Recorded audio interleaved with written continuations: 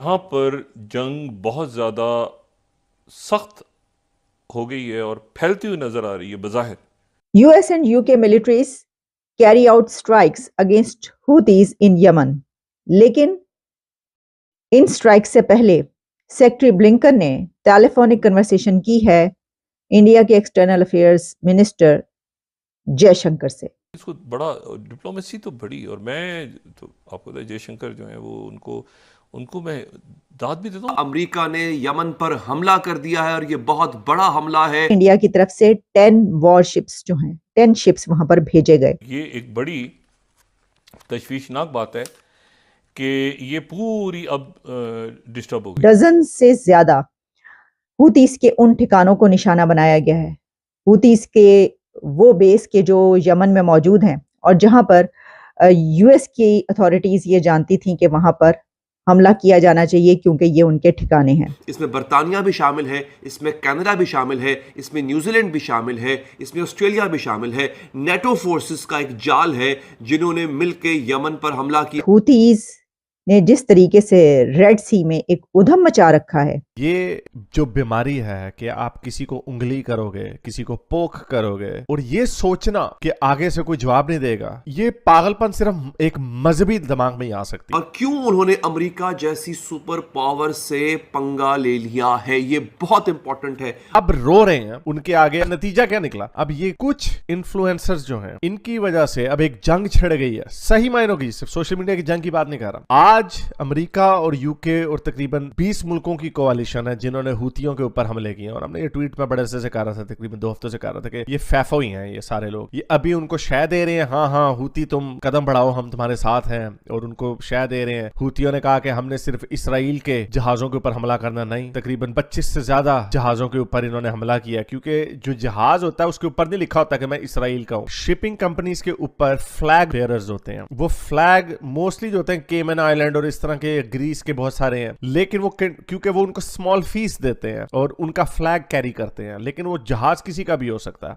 वो अमेरिका का भी हो सकता है। आपने देखा भी इंडिया के जहाज के ऊपर भी इन्होंने हमला किया हूतियों ने, क्योंकि इनको पता नहीं होता, ये ड्रामेबाजी है कि हम सिर्फ इसराइल के हो, तो ये पूरी दुनिया की जो प्रॉस्पेरिटी है उसको खतरा था, क्योंकि सेकंड वर्ल्ड वॉर के बाद जो अमेरिका ने इंश्योर किया वो ये इंश्योर किया था कि पूरी दुनिया में फ्रीडम ऑफ नेविगेशन होगी, हम हर एक के साथ ट्रेड कर सकते हैं। कजाकों का दौर खत्म कर दिया, वो सिर्फ इस वजह से मुमकिन हुआ क्योंकि हम अब ट्रेड कर सकते हैं खुल के। तो हूतियों ने उसको उंगली कर दी, इन्होंने अब मोमिनीन्स जो चलो जो मुस्लिम मुल्कों में रहते हैं वो तो चलो कुएं के मेंढक है ना, ये वो लोग जो अंग्रेजी बोलते हैं बाहर के मुल्कों में, वेस्टर्न कंट्रीज में रहते हैं, और ये बजाय इसके कि वेस्ट के अपने जिस मुल्क का खाते हैं उसके साथ लॉयल रहें, उसी की थाली में छेद करते हैं और उनको हूतियों को सपोर्ट कर रहे हैं। हाँ हाँ वेरी गुड, बहुत अच्छे, करो करो। ये जो बीमारी है कि आप किसी को उंगली करोगे, किसी को पोक करोगे और ये सोचना कि आगे से कोई जवाब नहीं देगा, ये पागलपन सिर्फ एक मजहबी दिमाग में ही आ सकती है। तो इसी तरह ये बड़े अरसे से करते चले आए। जय हिंद दोस्तों। तो पहले मैं आपको वीडियो का टॉपिक समझा देता हूं, उसके बाद देखते हैं वीडियो। दरअसल क्या होता है कि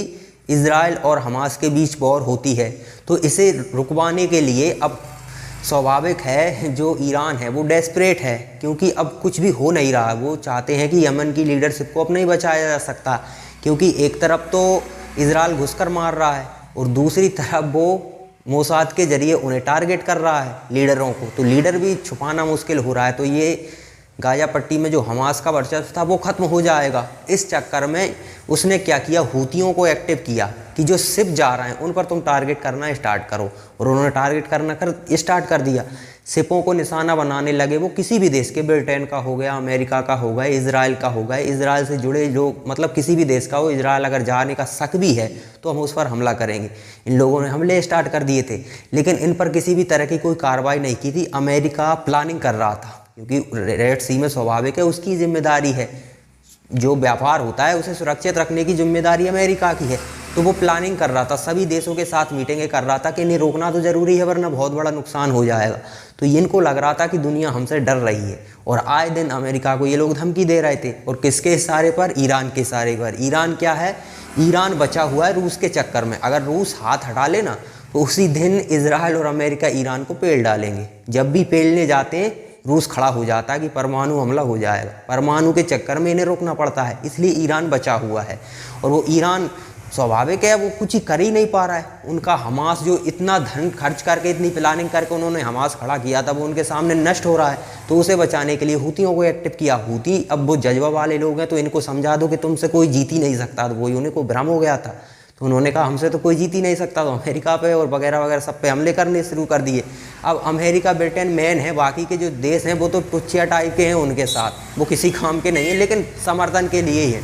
बाकी अमेरिका ब्रिटेन ने मिलकर जो हमले स्टार्ट किए हैं अभी बहुत बड़े लेवल पे यमन में बम गिराना इन्होंने स्टार्ट कर दिया है, तो ये बहुत महंगा पड़ेगा। और इससे पहले एक घटना हुई है कि डॉक्टर एस जयशंकर से अमेरिका के विदेश मंत्री ने बातचीत की थी, तो उनसे कुछ ज़रूरी है, क्योंकि यहाँ पर अगर एक्सेलेशन होता है तो रूस आ सकता है, ईरान आ सकता है, तो बड़ा मैटर हो सकता है, तो भारत को कॉन्फिडेंस में लेना ज़रूरी था। तो चलिए अब आगे वीडियो देखते हैं, उससे और आप बेहतर समझेंगे। US and UK militaries carry out strikes against Houthis in Yemen, लेकिन इन स्ट्राइक से पहले सेक्रेटरी ब्लिंकन ने टेलीफोनिक कन्वर्सेशन की है इंडिया के एक्सटर्नल अफेयर्स मिनिस्टर जयशंकर से।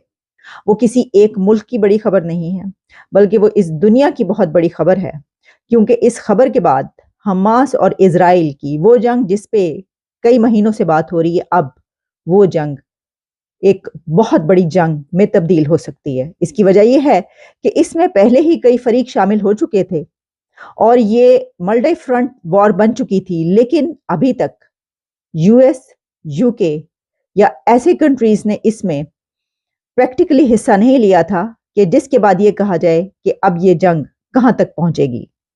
तो देखिए, सबसे पहले तो ये कि यूएस और यूके की मिलिट्रीज की तरफ से डजन से ज्यादा हूतीस के उन ठिकानों को निशाना बनाया गया है, हूतीस के वो बेस के जो यमन में मौजूद हैं और जहां पर यूएस की अथॉरिटीज ये जानती थी कि वहां पर हमला किया जाना चाहिए क्योंकि ये उनके ठिकाने हैं। लेकिन ये जो यूएस एंड यूके की स्ट्राइक्स हुई हैं हूतीस के खिलाफ, ये इसके पीछे जो जवाब है वो ये है कि हूतीस ने जिस तरीके से रेड सी में एक उधम मचा रखा है और वहां पर जैसे शिप्स को रोका जाता है, उन पर कब्जा किया जा रहा है, कंटेनर्स पर कब्जे किए गए हैं और रेड सी में कई कंट्रीज को अपनी ताकत वहां पर बढ़ाना पड़ी। हमने आपको बताया कि इंडिया की तरफ से 10 वॉरशिप्स जो हैं, 10 शिप्स वहां पर भेजे गए और सिर्फ इंडिया ही नहीं बल्कि कई और कंट्रीज ने वहां पर अपने शिप्स भेजे, अपनी फोर्स को बढ़ाया, सिर्फ इस वजह से कि हूतीस के हमलों से उन शिप्स को, उन कंटेनर्स को बचाया जा सके। लेकिन ये जो स्ट्राइक्स हुई हैं इसके मुतालिक अमेरिका में क्या कहा जा रहा है, कांग्रेस क्या कह रही है, उसके जवाब में क्या कहा जा रहा है। लेकिन इन स्ट्राइक्स से पहले हुआ क्या? जो यूएस एंड यूके की मिलिट्रीज की तरफ से स्ट्राइक्स की गई हैं उससे पहले अमेरिका के कंटेनर्स को, ऑयल कंटेनर्स को रोका गया, हूतीस की तरफ से नहीं, ईरान की तरफ से। एग्जैक्टली ये खबर बहुत बड़ी खबर है। इसकी वजह यह है कि ईरान की तरफ से ये कहा गया कि ये कोर्ट ऑर्डर के तहत अमेरिका के ऑयल टैंकर को रोका गया है। तो ईरान की तरफ से अमेरिका के ऑयल टैंकर्स को रोका गया, जिस पे जो ईरान की नेवी है, the navy of the Islamic Republic of Iran captured an American oil tanker in the waters of the gulf of Oman, और उसमें उन्होंने ये कहा कि ये कोर्ट के ऑर्डर के तहत जो है ये इसको रोका गया है। लेकिन अगर ईरान की तरफ से अमेरिका के ऑयल टैंकर को रोका जाएगा तो फिर उसका जवाब तो आना ही था। इसकी वजह यह है कि अभी तक जो हमले हो रहे थे वो हूतीस की तरफ से हो रहे थे। अभी तक जो शिप्स, कंटेनर्स, ऑयल टैंकर्स रोके गए थे उसमें बाकायदा डायरेक्ट ईरान की तरफ से किसी अमेरिकी टैंकर को नहीं रोका गया था। एक तो ये खबर इससे पहले थी। लेकिन जिस वक्त ये स्ट्राइक्स हुई हैं यूएस और यूके की तरफ से, लेकिन इसी के साथ एक खबर ये भी है कि यूएन सिक्योरिटी काउंसिल ने ये कहा है कि हूतीस ने जो वहां पर गदर मचा रखा है रेड सी में, उनको रोकने के लिए कहा गया है। यूएन सिक्योरिटी काउंसिल की तरफ से हूतीस को कहा गया है कि रुक जाओ, स्टॉप दिस वॉर, जो आप रेड सी में कर रहे हैं इसको रोक दें आप फौरी तौर पर। तो यहाँ पर अमन के जो हूती विद्रोही हैं अब उनका नंबर आ गया, उनको ठोकना ज़रूरी था। स्वाभाविक है, किसी भी आप शिप को निशाना बना रहे हैं, उस शिप से व्यवहार होता है, व्यापार के कारण बहुत सी कंपनियों ने बंद कर दिया था रेड सी से निकलना, जिसके कारण बहुत लंबा रूट लेना पड़ रहा था उन्हें। इससे नुकसान बहुत ज़्यादा हो रहा था, दुनिया भर का नुकसान हो रहा था। अब ये नुकसान उठाया जा रहा था और उसमें जिम्मेदारी है अमेरिका की, क्योंकि ये अमेरिका को चैलेंज कर रहे हैं। अगर अमेरिका यहाँ पर रुकता है तो अभी चुनाव आने वाले हैं, तो जो बाइडेन की बद पिट जाएगी कि आपको एक छोटा सा टुच्चिया सा संगठन वो आपको यदि चैलेंज कर रहा है, तो स्वाभाविक है ईरान और रूस तो आपको ठोक देंगे। ये तो उनको छवि भी बचानी है, तो उन्होंने प्लानिंग की। अब ये जज्बे वाले लोगों में क्या होता है कि इनको सीधा अटैक करना होता है, इनको पता होता है कि हमसे कोई जीत ही नहीं सकता, इनको इस तरह का भ्रम होता है। अब ये जज्बे वालों का यही लफड़ा हो जाता है। सामने वाले ने तुरंत रिस्पॉन्स नहीं किया। इन अमेरिका ये कह सकते हैं आप, एक नाटो का ही ग्रुप है वो पूरा का पूरा, उन्होंने रिस्पॉन्स तुरंत नहीं किया। उन्होंने पहले पूरी प्लानिंग की, पहले अपने बचाव के लिए सारी तैयारी की, एयर डिफेंस सिस्टम से लेकर सब कुछ तैयार किया उन्होंने, प्लानिंग की पूरी। उसके बाद इन्होंने पेलना शुरू कर दिया है और अब पेल रहे हैं। तो अब दुनिया भर में वही विक्टिम कार्ड, इनके पास विक्टिम कार्ड के अलावा कुछ है नहीं। पहला तो इनके पास क्या है कि हमसे कोई जीत ही नहीं सकता, दूसरा इनके पास है विक्टिम कार्ड। तो अब विक्टिम कार्ड खेलते रहिए। अब गाजा पट्टी में जैसे हमास पेला गया था, वैसे ही अब यमन में यहूदी पेले जा रहे हैं।